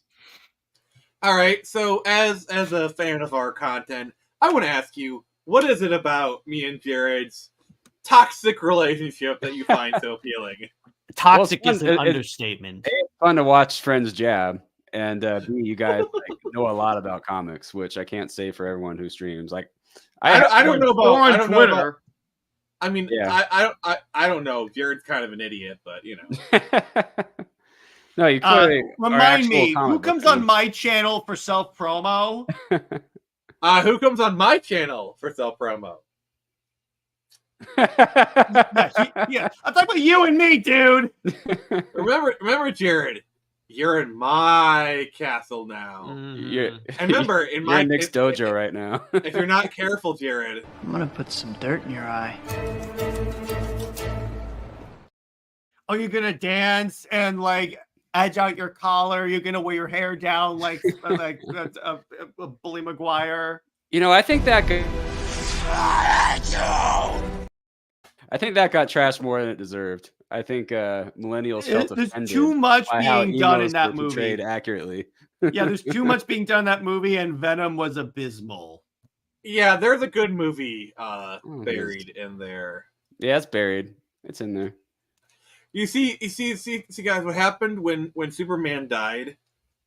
Basically, all of comic book fandom was The game has changed, son of Flynn. That doesn't make any sense. Yeah. That was a good movie. Thank you. I love Tron Legacy. I gotta say, I didn't see much of it because I was making out with Jid's sister the whole time. Ah! Oh yeah, that. Well, that's just prime. Oh god, that's great. Oh, All right. That's a Phoenix Press moment right there. Jid's not. Nice. He came back to that. Wow. Yes, you did, sir. All right, Jared, what Marvel characters would you kill off and be permanent? Namor, Carol Danvers, Carol. Paul, who? I'd kill off the entire Squadron Supreme so that way they could never come back. I would kill off Snowflake in Safe Space. I would kill off Screen Time, B Negative, anyone written by Vita Ayala or most of the characters in the X-Men office. Just as long as you don't kill off the best comic book villain ever, Screwball. Oh, he's going to be the first one to get the death. So Screwball's death is someone is playing. Hyperion is playing pool, and he hits the ball too hard, and it knocks the brain out of the case.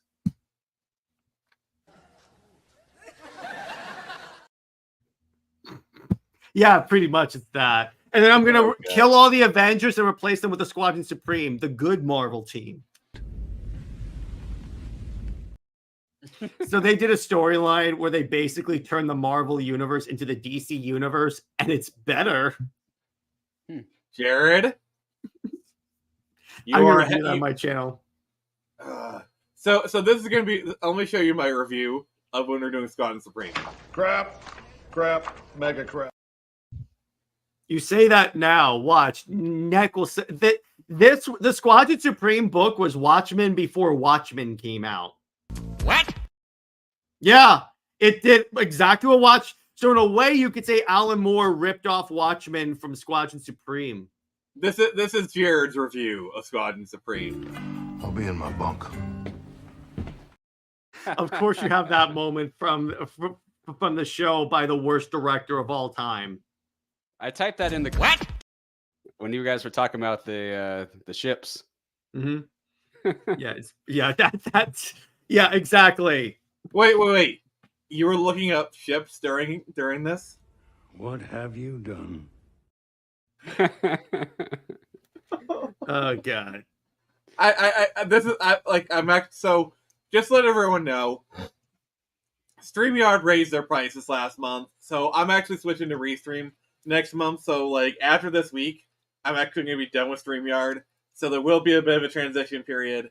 So yeah, just kind of say that. But yeah, you gotta make the most of those brand tools. Yeah, they practically doubled the price for Core, and I'm just like, no. You could still do like all the brand stuff on Restream, I think. Yeah, because I actually will be paying for the service. They're actually cheaper too. So,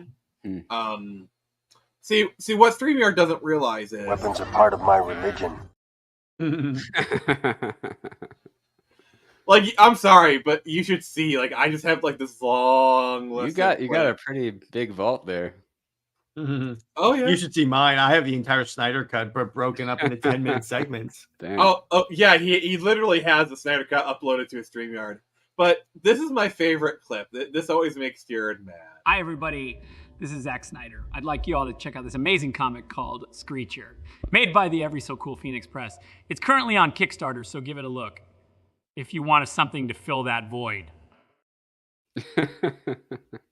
Oh, Nick, I didn't know you were really into AI. Dude, I've had that forever. Why some characters could remain dead, but not some characters? Like, no, it's because Wolverine. Because here's the thing: you can't. Ever since the X-Men movies, you can't permanently kill Wolverine in the comics. Because when people think of Wolverine, they don't think of Laura Kinney; they think of Logan. Mm-hmm.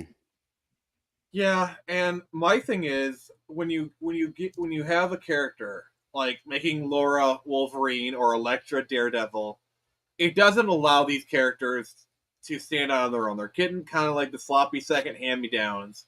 Mm-hmm. Like, look at Nightwing. Nightwing has carved out his identity as Nightwing. Mm-hmm. You know, sure, I like the stories where they make him Batman, but they've done enough with the Nightwing character that he's important enough on his own. Mm-hmm. That's one thing they got right in the movies, even though the those movies weren't the best Batman movies. It's Dick Grayson wanted to be his own man. Oh, you mean the Batman Robin. Chris O'Donnell. Yeah, also, I love how Chris O'Donnell's Batman... Chicks Gigacar. Yeah. Wait. Jared, say that again. Chicks dig the car. This is why Superman works alone. I knew you were doing that. Yeah, he knows I have that clip, so he kind of baited me. There's a Superman reference in that movie. That's what that is. And I'm like, which is kind of funny because that's technically the Michael Keaton Batman universe. Yeah. And it's confirmed in the comics, at least, that that's the same universe as the Christopher Reeve Superman, which is kind of funny because here's the thing. And Britt and I were talking about this on our show. It's like that Superman is campy enough that he really belongs in the Adam West Batman era, really. Particularly with like Linda Carter, who's in that universe with Adam West Batman. Yep. And even in the 70s, the George Reeves Superman in that universe, in that he's Superman in that universe. I don't know. That's what I would do. But yeah, and what I love about like Batman and Robin is Chris O'Donnell's suit is essentially the Nightwing suit, except the better version of the Nightwing suit, New 52. The red version, yes, the black and red is a better match. So for some reason, Jared's not going to be up here on the count of cringe. Wheel of Time. Now you gotta. Fingers on the button, sir. I just thought of the clip of Chris O'Donnell saying, "I'd rather see you in jail." Jared, read this. When I think of bats, I think of Liar! Yeah, at the end of the movie, he can control bats all of a sudden. Like, where the hell is this? He's a real Batman, don't you think? No one said that. No one said that in the movie. And I'm like, that is a wasted opportunity. Uh, You didn't see that coming? yeah, I trust me. I have like reaction clips for almost anything. It wasn't really bad. It was just more meh, really. You know, it's kind of funny. And then it was memed to the point where the studio decided to re-release it in theaters. I will say that one like TikTok that Jared Leto did, where somebody handed him a script. It was Morbius 2 Morbin Time. Like, okay. The joke is, it's like, because you know that Sony's trying to set up a Sinister Six. So with Craven, if Craven ends up in a jail cell, it's like Morbius saves him. And then because they're in on the joke, Morbius goes, it's Morbin Time. That's the last shot of the movie. No. What they do is Morbius breaks him out of jail. And then Craven says, well, it's Morbin Time. And then cut to black. And if Sony, if you want a way to get everyone talking about your post-credit scene, that's what you do. Yeah, that's how you get people talking. Speaking of post-credit scenes, it's time we form a league of our own. Oh no! I love that big movie. You referenced that movie. You know, that was a missed opportunity. I think the Lex Luthor portrayal was just awful. Well, because you know what? The next movie was going to be Lex forming the Legion of Doom and taking out the Justice League one by one. They were doing that. But WB decided, okay, no, we can do this a lot better than the creative that we actually hired to do this. Imagine if we had actually gotten the Legion of Doom at headquarters, but like Zack Snyder-fied, like it was the actual skull. But it's straight up Darth Vader. or no, and it comes out of the swamp and whatever. Oh, he would so do that. Are you kidding me? There's no way he does. He was going to have the Hall of Justice. There's no way he doesn't do that. Well, actually, one thing I'll give credit to the James Gunn. So they're using the Cincinnati train station as their Hall of Justice, which was the original inspiration for the Hall of Justice anyway. So I thought, okay, that's cool. Yeah, cool. Yeah, but you know why he's doing that? So the nerds, when they see his movie, will look past the imperfection and go, "Here, put that in the movie. It's the greatest Superman movie of all time." That's what I call nostalgia armor. Mm-hmm. But I'm sorry, I'm trying to give him at least some credit for doing it. I think that's pretty cool. The movie may be crap, but I'll give him credit for that. Yeah, but then you see the suit, and I'm like, "Yep, I take my credit away." I mean, it's not like we did a 20-minute episode where we just tore the suit to shreds. I saw this great meme that's like all of the counter that all of the James Gunn fans should try to give you on the suit is, oh, it'll be effects and visual effects. So someone had like a bunch of suits that didn't need visual effects to set photos of suits. Sam Raimi's Spider-Man, Man of Steel, Superman, Nolan's Batman movies. Jared, I have to do this. I have to do it. You know, can we please not make the suit red or blue and animated?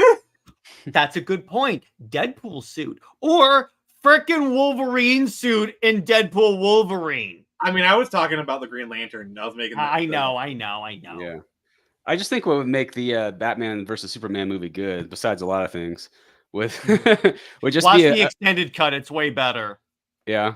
I mean, I hate the way they did Lex Luthor. I think the appropriate Lex Luthor would be a mirror of Bruce Wayne. He kind of was, though. Like, he should be, but not the way they did him in the movie. Well, because he was supposed to be more of a Mark Zuckerberg, because Lex has always kind of been like the executive of the time. But no one likes Mark Zuckerberg. Yeah, he should be like an evil Elon Musk. Oh, that'd be funny. No. What I liked about Lex is he, on the surface, you think like he's just like this manic ball of energy, and he kind of is. But there's a sinisterness to him. Mm-hmm. Like I like the scene where he actually gets Superman on his knees, and then he starts like petting his hair. Now God deals to me. Yeah. Yeah, and like the other things, like if man won't kill God, then the devil will do it. Like there's a certain like, or like when he puts a Jolly Rancher into the guy's mouth. Like, you know, like there's It's a certain scary. threat. Like he's threatening, but in a very like underhanded way. Like The extended cut does a little more to expand on like how like sinister he is. Like when she like slowly turns it and it's Granny Pete's tea, and she realizes exactly what's about to go down. Or like when he sends Mercy in there, he didn't have to do that. He literally just killed Mercy for no reason. Yeah, I don't know. I think it was an animated version where it was a Batman Superman animated movie where the Lex Luthor was just a lot like Bruce Wayne, and I just think that would be more of a challenge for Bruce Wayne to have to essentially fight himself. The thing about Lex Luthor is supposed to be the smartest man in the room, and Lex Luthor's greatest weakness is his own ego. And that's the whole reason of the conflict between Superman and Lex is Lex thinks he's the most powerful person on the planet, and Superman is here to challenge that. But then there's also like a little more of the modern stuff where if someone can be all good, it can't be all powerful. You know, and basically the Lex in BVS is kind of a modern day atheist, where they're jealous of God and they want to tear down God. They want to prove that God bleeds. You know, it's kind of like the modern kind of like, you know. Well, yeah, and his whole plan in BVS was, I'm going to discredit Superman. He's this high and mighty guy, so I'm going to force him to kill Batman. The minute he kills Batman, everyone's going to be like, he just ripped that guy's head off. He's a threat. Kill him. Yeah, but then that's also Bruce Wayne's goal, is to make Superman bleed. He asks him if he bleeds. To be fair, Lex kind of like sets him onto that course. See, that's the genius of it. The BVS was Lex's plan all along. He wanted them to fight, and like if you know, whichever way, whoever wins, he still wins. Like Lex lives regardless, because if Superman kills Batman, like he looks bad. If Batman kills Superman, he still wins. Right. So it's really a masterstroke. But the way it started was basically like the battle between Superman and Zod was like 9/11 basically, and that made Bruce. That's what it was. Superman.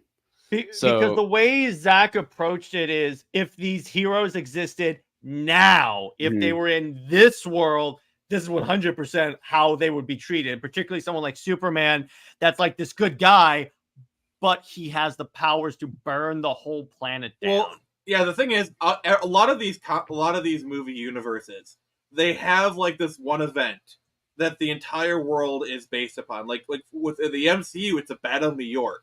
That's where everything changed. Like that's where the world kind of became wise to superheroes. That's where literally everything. And in the DC universe, it is a battle in Metropolis. That is like, I don't want to call it Nexus event. It's the central event that kicks off everything else. Really. Which I like. I like that take on it, but it seemed to be more organic. You know, like Lex Luthor didn't steer that. That just happens. No, he was the architect. I love the scene in it. Like, you should not take a fight with this man. Like, no. What he's talking about is Lex Luthor was not behind the battle in New York. But here's the thing: the sign of any genius is he looks at it if a fantastic opportunity comes up. Because remember, that the Battle of New York was also the first time the public knew Superman existed. So it's not like it's not like he didn't have time. It's not like he knew Superman existed like since like he was a baby and just sat there. No, he was like, here's this.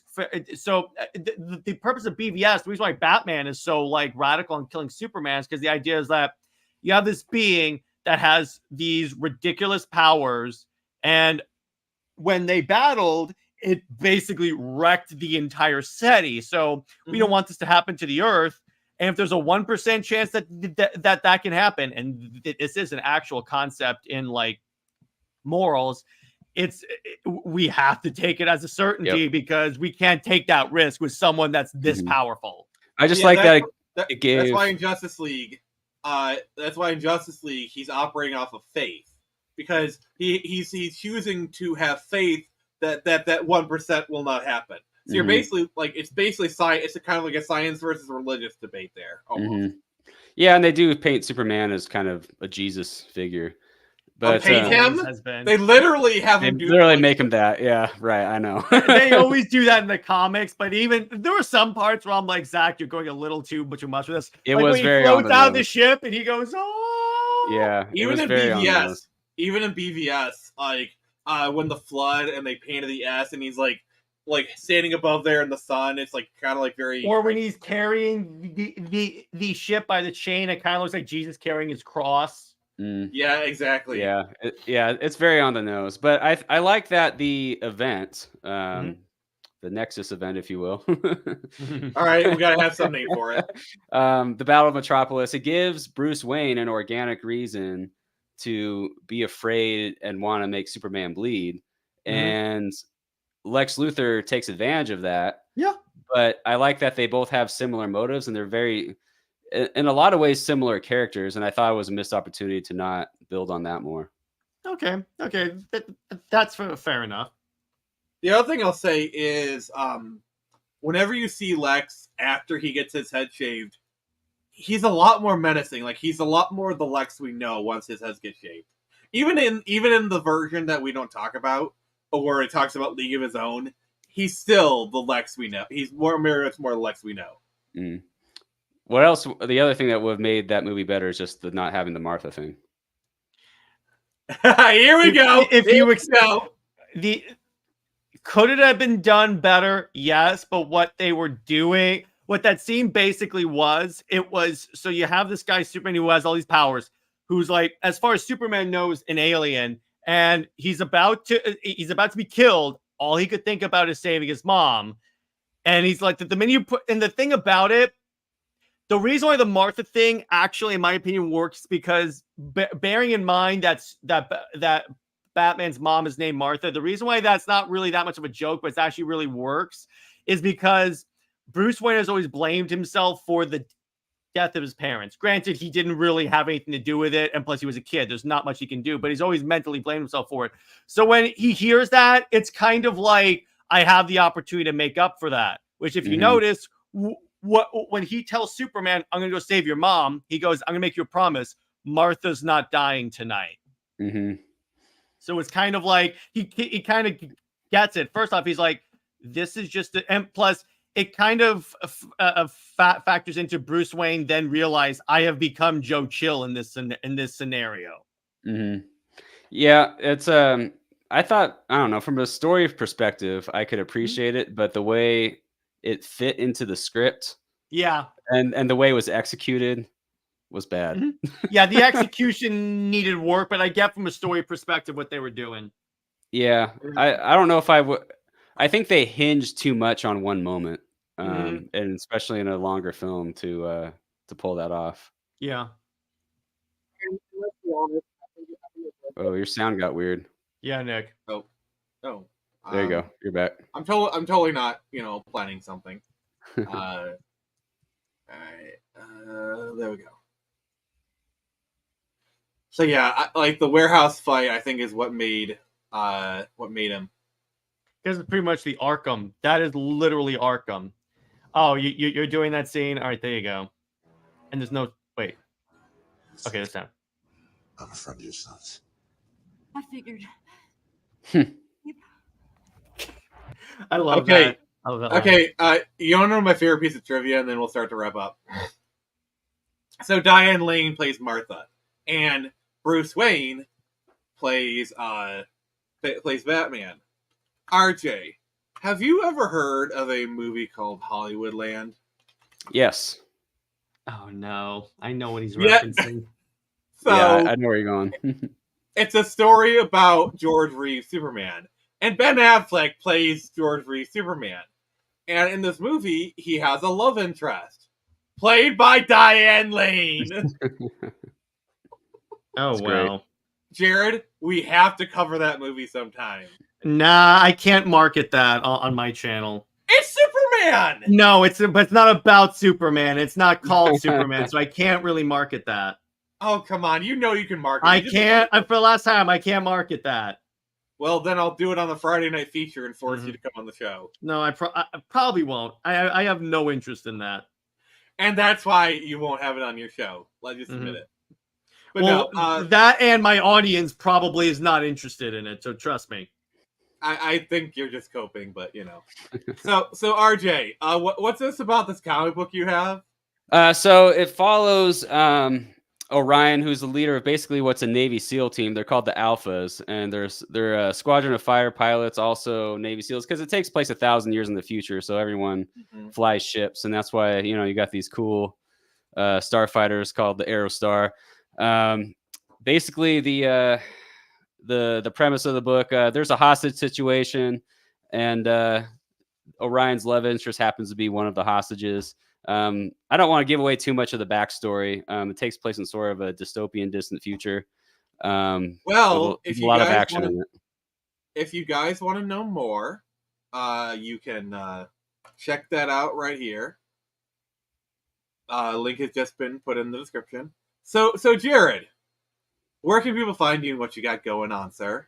You can find me at Comics League JT, Comics League 2020 on Instagram and Comics League on YouTube. And I just put up the next episode of Super Wonder Legacy, where Britt and I talk about if Christopher Reeve's Superman and Linda Carter's Wonder Woman crossed over. That was a good episode. And this weekend we'll be doing a live stream about the Absolute Universe and how we would do basically DC's Ultimate Universe. Spoiler alert: probably Lois Lane does not exist. Probably more like it has to. She doesn't exist. Mm-hmm. All right. Thank you, RJ. And thank you for having me. I wore this for you, by the way, and all the Zelda fans. Hell yeah! Thank you. Wait. You see what it says? So, all right. Just real quick, if you have yet to sign up for Screecher, please consider doing so at the link below. And tomorrow I'll be streaming some Chrono Trigger. It'll be really cool. Friday we'll be doing our Friday night feature. We'll be talking about Flintstones. And then next Friday we'll be launching Screecher on both my channel and Jared's. It'll be doing the simulcast. Wait, when? October 4th. Okay, yeah. We've talked about this, Jared. No, I was just trying to make sure. Yeah, we've had conversations. It. Thank you, everyone, for joining us. Screw you, Jared. Wonderbat is canon. Wonderbat's in the chat. Thank you, everyone, for joining us. And remember, I can only show you the door. Jared